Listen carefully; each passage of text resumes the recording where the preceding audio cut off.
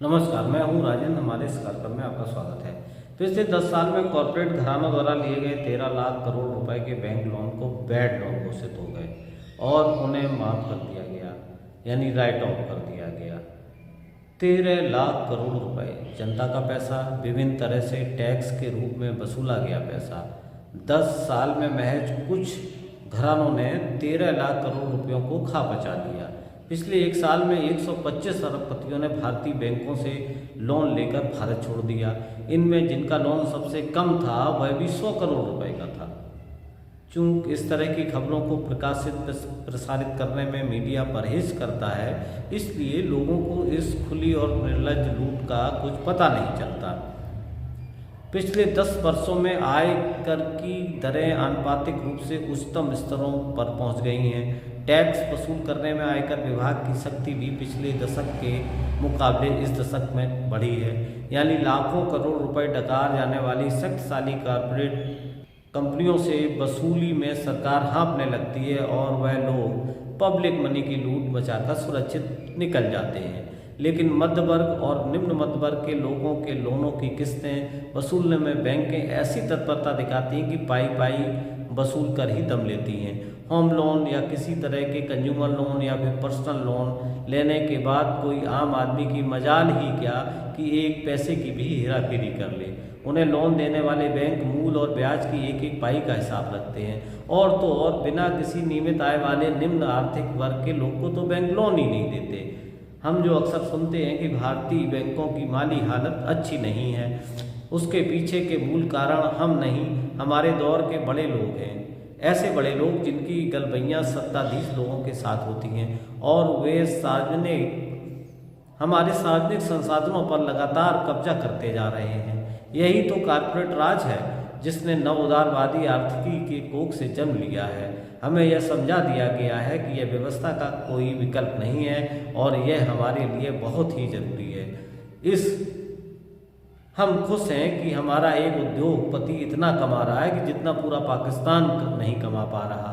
महज कुछ साल में देखते ही देखते हमारे देश का कोई कॉर्पोरेट घराना दुनिया का दूसरा या तीसरा सबसे धनवान घराना बन जाता है। किसी मैनेजमेंट संस्थान में या किसी विश्वविद्यालय के अर्थशास्त्र विभाग में इस पर गहन शोध होना चाहिए कि आखिर वे कौन से कारण हैं कि कोई एक कॉर्पोरेट घराना कैसे इतने कम समय में इतनी वृद्धि दर हासिल कर लेता है और वह देश का सबसे धनी आदमी बन जाता है।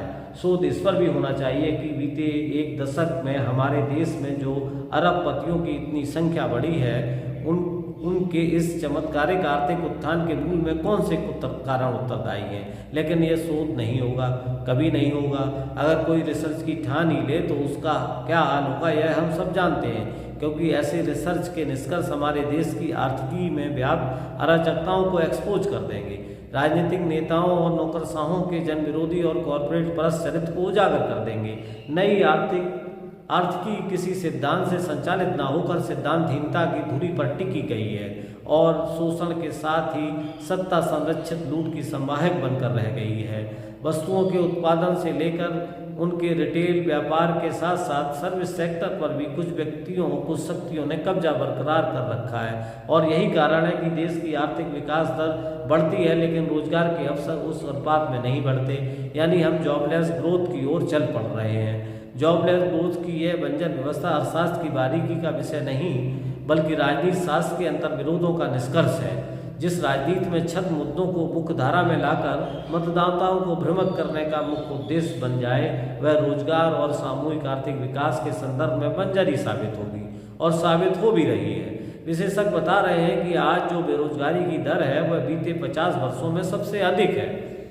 बीते 10 साल में देश की आर्थिक दशा और दिशा पर शोध होने चाहिए। इस दौरान उभरने वाले कॉरपोरेट घरानों के अकल्पनीय उत्थान के राजनीतिक नेतृत्वों पर भी शोध होने चाहिए। भारतीय बैंकों की दुर्दशा पर भी अध्ययन होने चाहिए, जिन्होंने अपनी खस्ता आर्थिक हालात का हवाला देकर नई नियुक्तियों को अधिकतम हतोत्साहित किया हुआ है। बीते 10 साल में रेलवे सहित तमाम सार्वजनिक उपकरणों की दशा और दिशा पर व्यवस्थित अध्ययन होना चाहिए। आखिर वे कौन सी नीतियां हैं जिन्होंने रेलवे को सबसे बड़े रोजगार प्रदाता से नीचे गिराकर आउटसोर्सिंग की अमानुषिक व्यवस्था का अलंबरदार बना दिया है। तीव्र आर्थिक विकास के आंकड़ों के बावजूद हमारे बैंक नई नौकरियों को लेकर इतने कंजूस क्यों हो गए हैं? आखिर ये शोध, ये अध्ययन नहीं होंगे?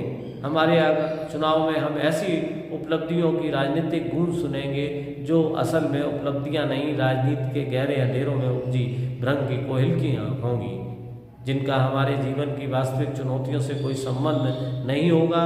चुनावी मंच पर गाल बजाते नेताओं से यह सवाल पूछने का कोई स्पेस ही नहीं होगा कि हमारे देश के 13 लाख करोड़ रुपयों का क्या हुआ। ना उन लोगों के नाम पूछे जाएंगे जो हजारों करोड़ रुपयों का लोन लेकर देश से भाग गए और विदेशों में ऐश की जिंदगी जी रहे हैं। यह सवाल भी नहीं पूछा जाएगा कि विकसित विकास दर के मामले में जब हम अग्रणी देशों में शामिल हैं तो यह विकास रोजगार के मामले में बांझ क्यों है? आखिर विकास के लाभ किन की झोलियों में गुम होते जा रहे हैं? नमस्कार, अगले एपिसोड में फिर किसी विषय पर हम आपसे मुखातिब होंगे। तब तक के लिए नमस्कार।